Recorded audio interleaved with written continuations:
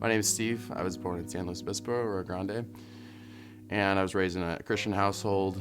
I went to the church in Rio Grande, and I went to UCLA when I was 18. Now I live in San Diego. I work in San Diego as a news reporter and started a podcast pretty recently. So, growing up, as I said, I was raised in a religious household. Raised to love other people, love myself, all that. But there was a point in my life where I didn't love myself, where I was very depressed, where I suffered from a lot of mental health disorders, from a variety of disorders. And going into high school, I think especially was a time of a lot of insecurity, a lot of deep depression, anxiety, which built up into college.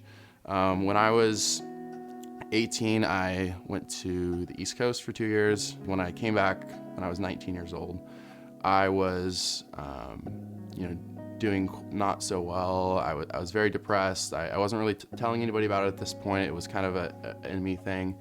And it was hard to pinpoint why, and I couldn't even explain it to myself because on the outside, my life looked great. I was, killing it in school. I was, working a great internship. I was on a sports team, but there was just something that was missing, and it's hard to pinpoint. And so when I was 19, I attempted suicide for the first time. That also coincided with some substance abuse issues that I had at the time. So after that, I sort of reevaluated and, tried to pull myself together. I started talking to people. I had conversations with my family, conversations about, my mental health and that sort of thing. I ended up going on medication when I was 21 or so. By the time I transferred to UCLA, I was on medication, taking antidepressants and some other medication for depression, anxiety. So the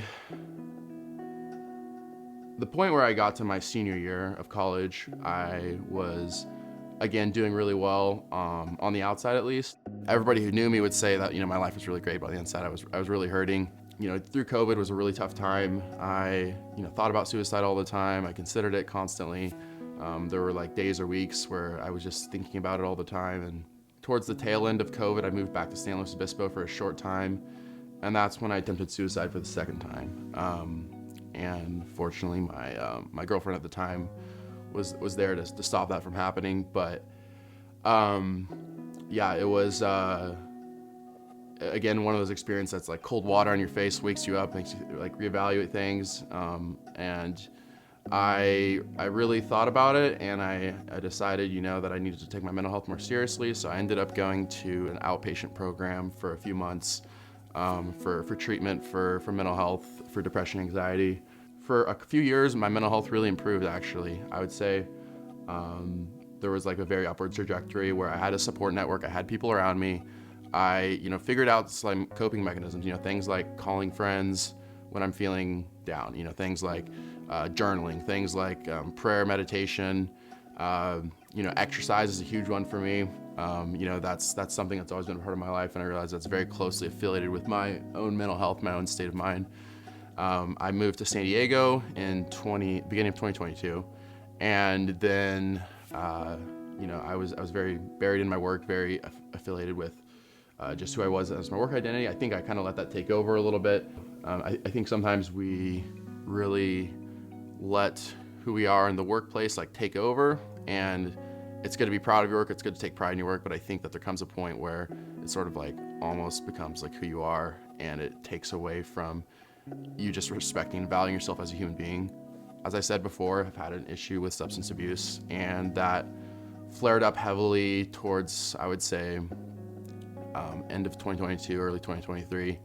That just doesn't help when you're already struggling with thoughts of depression and anxiety and suicidal ideation. So going into 2023, I was feeling good for the most part. I had a great group of friends around me, but again, it was one of those situations where I was just really hurting on the inside, and I didn't even realize it. And I was feeling lost. I quit my job, and I've been trying to start my own business at the time, but I was feeling a sense of I just don't know what this is all about. I don't know what I was put on this earth for anymore. My mental health, I would say, deteriorated up until the middle of 2023, and then My birthday's in June, so I turned 25 last June. And then a few days later, I think June 20th, I attempted suicide for the third time. And at that point, I had my family and friends like really step in and say, hey, like something needs to change for you, because like what you're doing is not working. The first 2 times I didn't tell a lot of people, and I kept it mostly to myself because I was like very ashamed and shocked and stunned that could happen. And so I sort of buried it and moved on, and didn't really address what was going on. I would say this last time was different. I was obviously deeply ashamed. I was embarrassed. I didn't know. I didn't really want people to know that this was happening. But at the same time, like that was kind of a trap too, because people in your life need to know. Because people in your life need to know how to help you. And so it's only been recently, you know, I would say not even a year, that I've started to really let people on my network know that like this is something that I'm open about. This is something that I'm struggling with. As for things that have like helped since then, I would say again, just it's all the regular things, but it's the things that we forget to do. It's things like, you know, calling people when we're feeling down. It's, you know, sometimes letting people know that, hey, I'm really not okay. Like, you know, not just going through the motions, but actually letting people know that like you do need help and that's okay. And if the people in your life actually love you, then they'll take the time to be with you. And honestly, if they don't, then you'll discover that who your true friends are. Like when people actually know you're feeling that way, like they do care, they do want to embrace you. Like, and you have to understand that like the people around you that actually care about you, they will join you in this. And you just got to let them know. And that's the hard part, is taking that step. And there's shame, there's stigma, there's, you know, unfortunately in our society, there's still a lot of stigma around suicidal ideation. That's just the reality that there is. You know, the sad thing is there's a lot of lonely people out there, and there's a lot of loneliness. I would say it's getting worse in the era of social media and the era of the internet. It's like that we're very isolated and siloed off in this like sort of virtual world that we live in now. But that aside, like the first thing I would tell someone like that is that, you know, there's a God that loves you. There's a God that's there for you, who cares about you 100% of the time. And that's real. You know, that's my lived experience, and that's something that I know through my lived experience, is that you know, I'm here today because of God's love, because God loved me, because God supported me, and was there for me at times when no one else was. Second thing I would say though is that even aside from that, and maybe, you know, not everyone's necessarily religious or a person of faith, but there are people out there who will love you if you give them the chance. Even if you feel like you're by yourself and it's kind of how someone, it's like there's organizations out there like Knowing You Matter, there's counselors out there, there's therapists out there, there's people who will offer you that support, and there are people out there in the world who will love you for who you are. And the other thing I would say is just the healthy routines, the working out, the diet, the you know, the getting up early and getting good sleep, and you know, it's the things that we all know and that we're all taught to do, but those things really reinforce those good thought patterns, those good behavioral patterns. It's not being on your phone all the time. It's waking up and doing something else, whether that's reading, praying, like meditating, journaling. While there's lots of things you can do, there are times where there's actually like chemical imbalances in someone's brain and you need medication.